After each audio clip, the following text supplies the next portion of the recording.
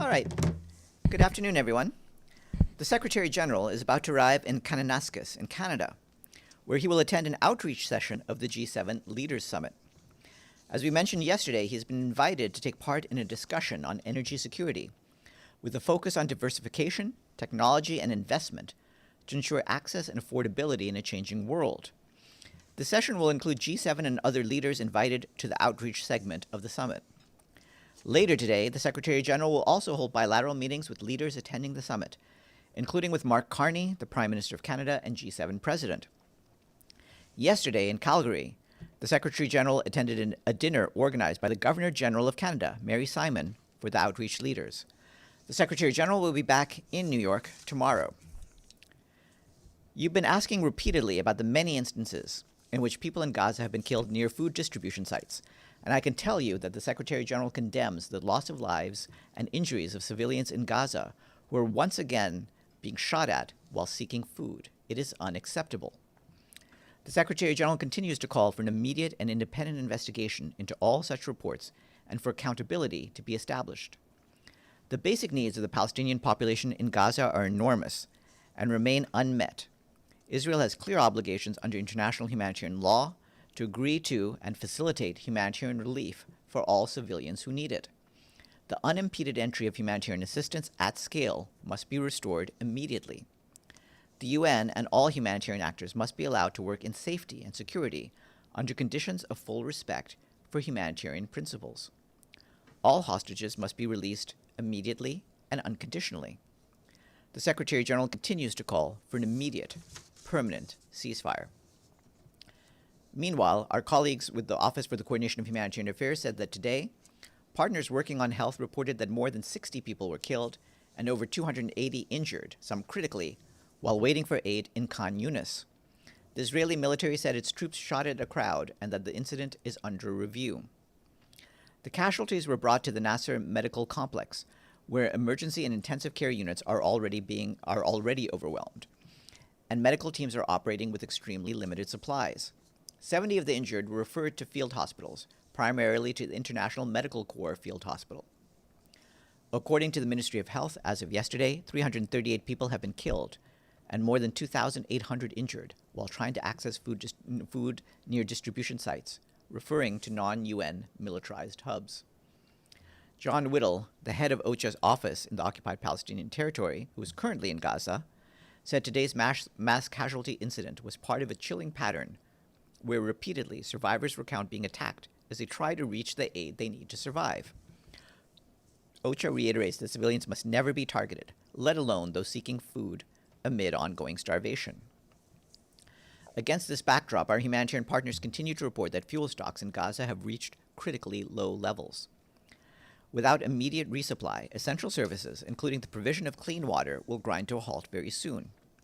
As we mentioned yesterday, in southern Gaza, diesel supplies needed to operate critical equipment are nearly exhausted. The World Health Organization says that no fuel has entered Gaza for more than 100 days, and that attempts to retrieve fuel stocks from evacuation zones have been denied. Highlighting the impact on the health system in Gaza, the agency stressed that 17 hospitals, 7 field hospitals, and 43 primary health centers, which are currently running on minimum amounts of daily fuel, will soon have none left.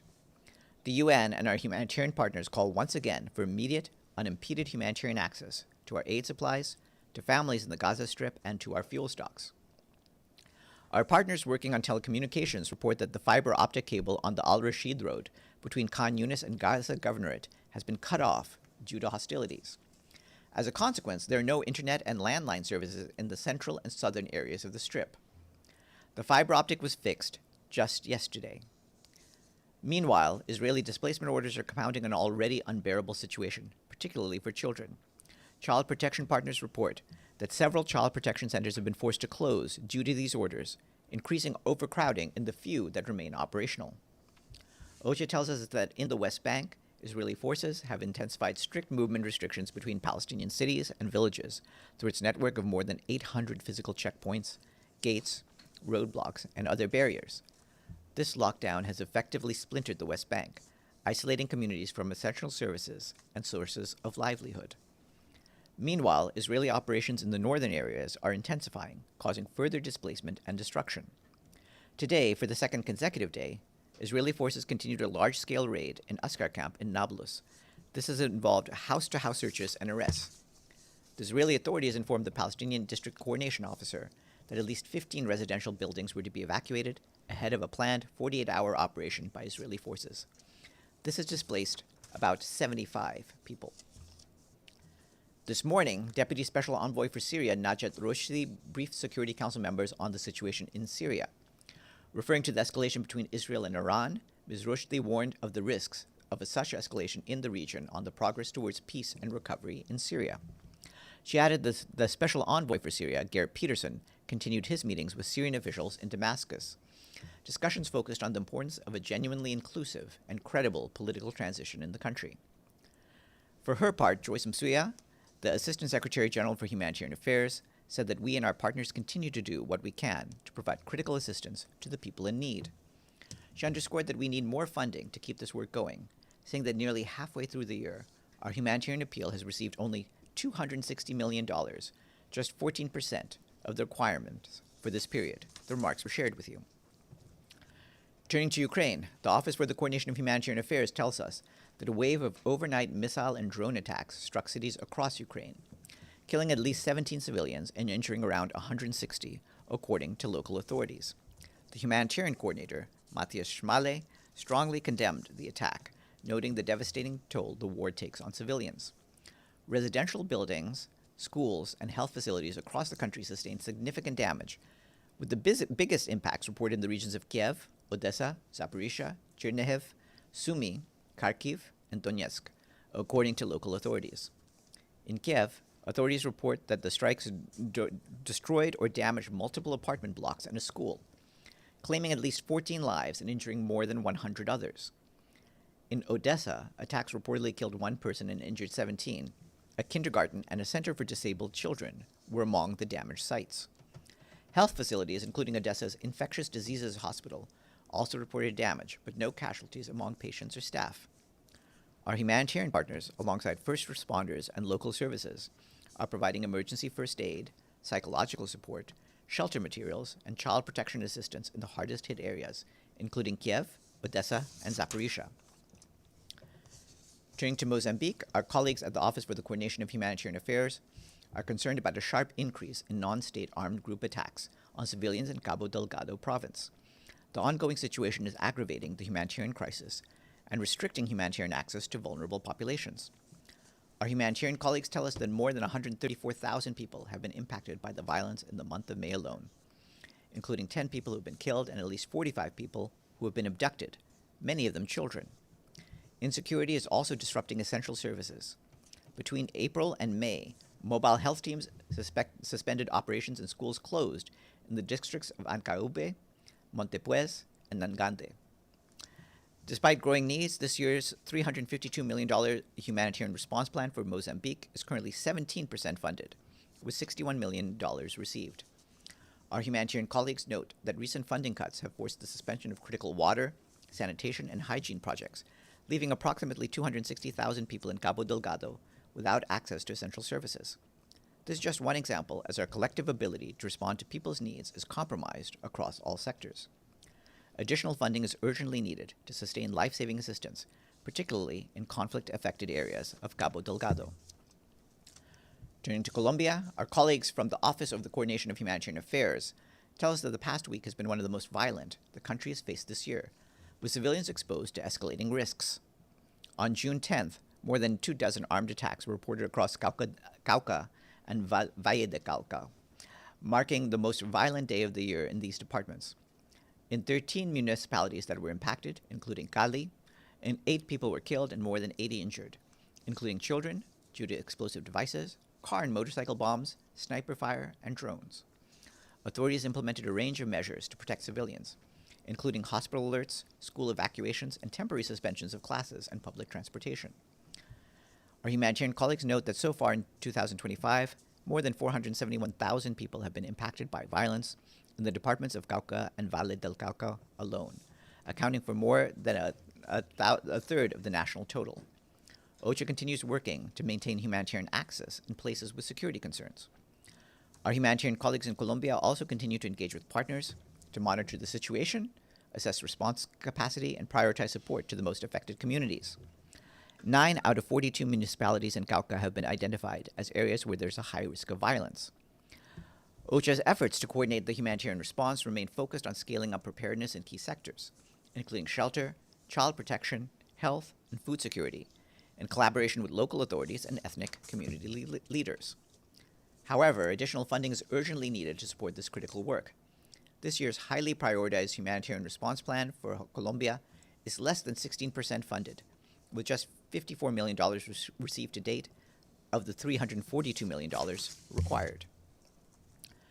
Turning to Afghanistan, a report released today by UN Women shows that Afghan women are falling significantly behind global standards for human development.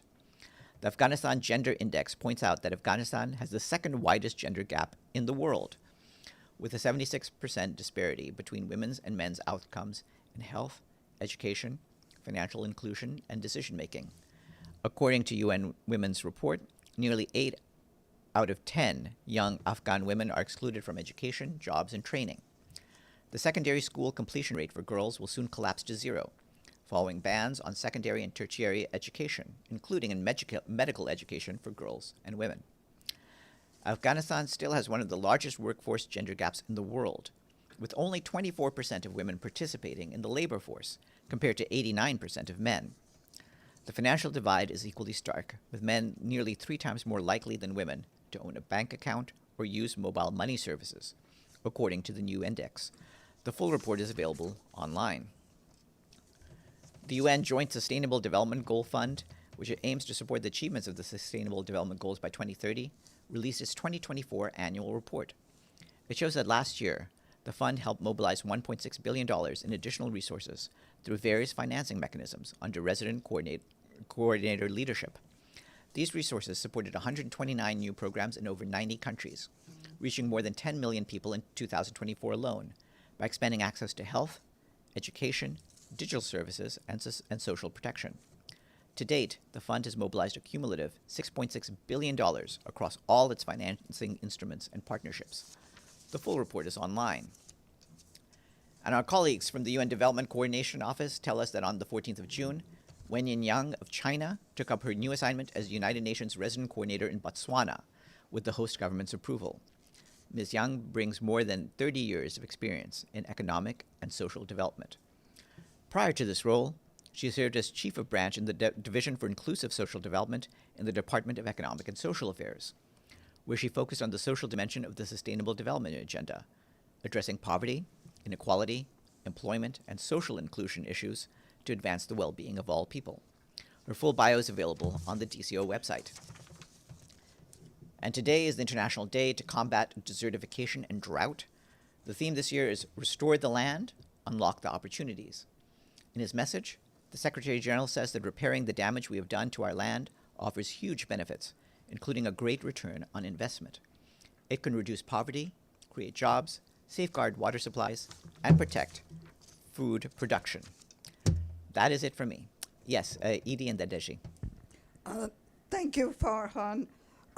Can you tell us what Sigrid Kaag is doing to try and unblock some of this aid getting from into Kerem Shalom and then from Kerem Shalom to the people who are in need?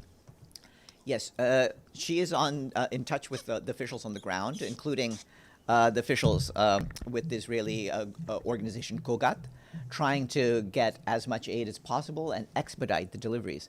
We're pushing to see whether we can get more aid in through more crossing points. There was one sign that a new crossing point, a different crossing point in Zikim East had been used a few days ago, and we want more crossing points to be used. But so far, the vast majority of our aid has been going just through Kerem Shalom. And in terms of fuel, can we get an update on what's left and how dire the situation is? I assume it is. I mean, what I can tell you right now is that most facilities have only limited amounts of fuel. So hospitals to the extent that they're running at all, are running on a small amount of fuel each day, trying to preserve what they've got. Similarly, this is affecting things like cold chain storage for vaccines. It's affecting internet service and communications. So we need to get access to fuel supplies, which there are fuel supplies that we have in Gaza. It's been hard to get access to them. And as you know, a few days ago, we reported that one of those sites was looted. Deji, and then Ibtisam. Secretary General is traveling to Canada and meeting with the Prime Minister of Canada today. Will he had any other bilaterals with world leaders, and will the conflict between Israel and Iran be one of the topics? I imagine the conflict between Israel and Iran will indeed be one of the topics. But we'll try to provide readouts of those meetings as we get them. I can't confirm other meetings. I'm aware that there are a couple of other meetings with other world leaders that he will have, and we'll try to confirm and share the readouts as the day progresses. What leverage does the Secretary General still have to urge parties in this conflict to de-escalate? Well, I mean, obviously the point is that that we are the guarantors of a lot of international law. The Secretary General urges all UN member states to act in accordance with their obligations under the UN Charter and other international law. He urges both Israel and Iran to comply with their obligations under international law to respect and protect civilians and civilian infrastructure. Did anyone listen? All conflicts have a certain point when people are willing to listen and willing to end. We'll have to see what happens. Right now, of course, we're really concerned about the military escalation, which are exacerbating the high tensions and suffering in the region. But what the Secretary General is continuing to request to both sides, as well as to other interlocutors, is for maximum restraint and for an immediate de-escalation leading to a ceasefire. Now, one last question for this round. We know that many countries they have already issued warnings to their citizens to leave Iran or Israel. What about the UN staffers? Do you have any statistics of the UN staffers there? What is their situation now? I believe that some international staff, as well as some dependents of staff members, have been allowed to temporarily relocate. That process is still underway, so I don't have any numbers to share with you at this stage. Yes, Ibtisam, and then Pam. Thank you, Farhan. You mentioned that about 60 people were killed and over 280 were injured while waiting for aid. And then also you talked about 338 people were killed near these hubs also while waiting for aid. I'm just wondering regarding the numbers whether these 60 people are included in these 338 or... I believe that this number is the most recent number, so it's included as part of Okay. the larger number. And since the numbers, as you see, are very high, including 2,800 injured, mostly while waiting for aid, do you believe that this killing is actually deliberate? What I believe, as we said, the Secretary General wants there to be full accountability and for all of these acts of violence against civilians to be investigated. So we'll need to get to the bottom of what happened and why it happened. I'm not going to speculate on the reasoning behind this. But who should investigate? Because the Israelis have been claiming to investigate here and there some incidents that including UN personnel that were killed.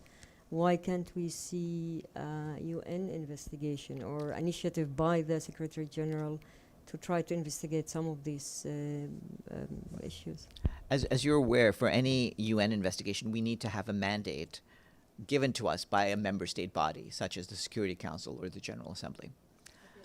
Yeah, sure. I don't know if you were asked about it in the last few days, but Egyptian and also reported that Libyan authorities stopped activists seeking to break the Israeli siege or blockade on Gaza, and some of them were arrested, their passports were confiscated. Do you have any, and these people were just marching and protesting. Any comments on that? Yeah, we defend the rights of people to engage in peaceful protest, and we want to make sure that any peaceful protest is allowed to occur without any harm done to the people participating. Pam and then Ephraim. And then Thank you, Volodymyr. Farhan. You mentioned, I think it was yesterday, that children, the Ukrainian children that had been taken to Russia illegally should not be used as bargaining chips. And today the Russian ambassador, Nebenzia, mentioned a number, but it's almost 400, much less than what the UN and the ICC say, which is in the league of 20,000 children. Do you have any comment about the return of all these children? Thank you. We believe that all families need to be reunited under the normal international norms.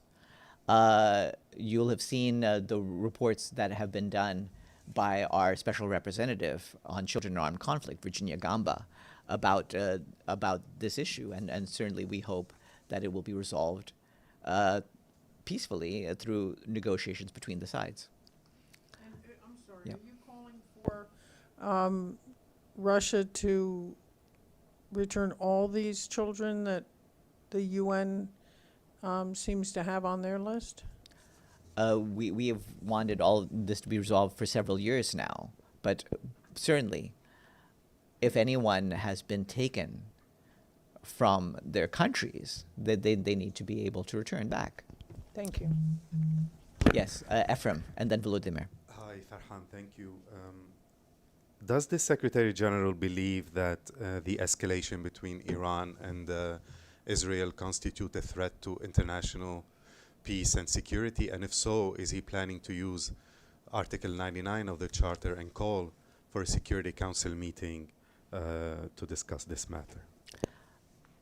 I believe the Security Council is already deliberating on its meetings on this, but certainly what he wants, again, is for all of the member states to act with under their obligations under the UN Charter. The Secretary General reaffirms that diplomacy remains the best way to address concerns regarding regional security issues and Iran's nuclear program, and he wants to make sure that everyone will work together to push for an immediate de-escalation. Just a quick follow-up. Speaking of obligations under the Charter, does he have an obligation under Article 99 of the Charter to call for a meeting himself of the Security Council to discuss this or not? Well, you can read Article 99 for yourself. It's not about the obligation so much as it is about the rights of the Secretary General, and it's a tool at his disposal should he need it. Yes. Thank you, Farhan. Today, Russia has committed yet another act of terror against the civilian population of Ukraine. It's, as you mentioned it struck my hometown of Kyiv with missiles armed with cluster munitions, aiming to kill as many civilians as possible. However, the Russian ambassador again claimed today that Russia doesn't target civilians. What would you say in response to this claim, which contradicts the facts on the ground? What I can say on that is that the Secretary General condemns the latest series of attacks by the Russian Federation against Ukrainian cities and towns, which we understand have impacted residential areas. Yes, please. Hi, Farhan. So Israel's Defense Minister Katz just came out today and issued a very public threat to Iran's supreme leader. He stated, quote, "Be very careful you don't end up like Saddam Hussein." I was just curious whether the Secretary General had any comments on this very escalatory rhetoric and if there were any discussions facilitated by the UN to de-escalate these public threats. Thank you. Well, certainly we are against any threats against the leaders of any of the UN member states, and we want to make sure that that there's no actions taken towards escalation, including rhetorical. Yes, please. Thank you, Farhan. Israel has stated in the beginning that they initiated attack to reduce the Iran's nuclear capability, but past couple days revealing more that they are talking about the possible regime change. What's your position on that? And also, if I might just add, there's also reports or possibility that U.S. may involve in the conflict. So what's your comment on this? We want the conflict to end, not to be increased. So we certainly hope that all member states are aware of the need to limit the scope of the conflict and bring it to an end. Yes, Deshi. Just 10 minutes ago, President Trump tweeted, he also said, we know exactly where the so-called supreme leader is hiding. He's an easy target, but he's safe there. We're not going to target him out, kill, at least for now. Any response? Would that apply to My the response same is the same as what I said earlier, that we want everyone to avoid any actions or rhetoric that can escalate the situation. Another thing, yesterday the Israeli ambassador said that many PRs here in this building are quite thankful what Israel is dealing with the terror regime, referring to Iran. Has the Secretary General reached out for Israeli mission to say thank you, to be grateful of that? I assume that's a rhetorical question, so I don't have to answer it. Yes. If I may just follow up, Farhan, United Nations, can you confirm, other than United Nations calling de-escalation, the Secretary General or United Nations has any contact behind the doors to de-escalate what's going on in the Middle East between Iran and Israel? Do you have any effort that you can share with us? Well, the Secretary General has been reaching out. As you know, he's at the G7 summit today, where he will be meeting with several leaders. He spoke recently with the foreign minister of Iran, and he will continue to be in touch. With all sides, we are pushing the message for de-escalation, and we will continue to do that. Have a good afternoon, everyone.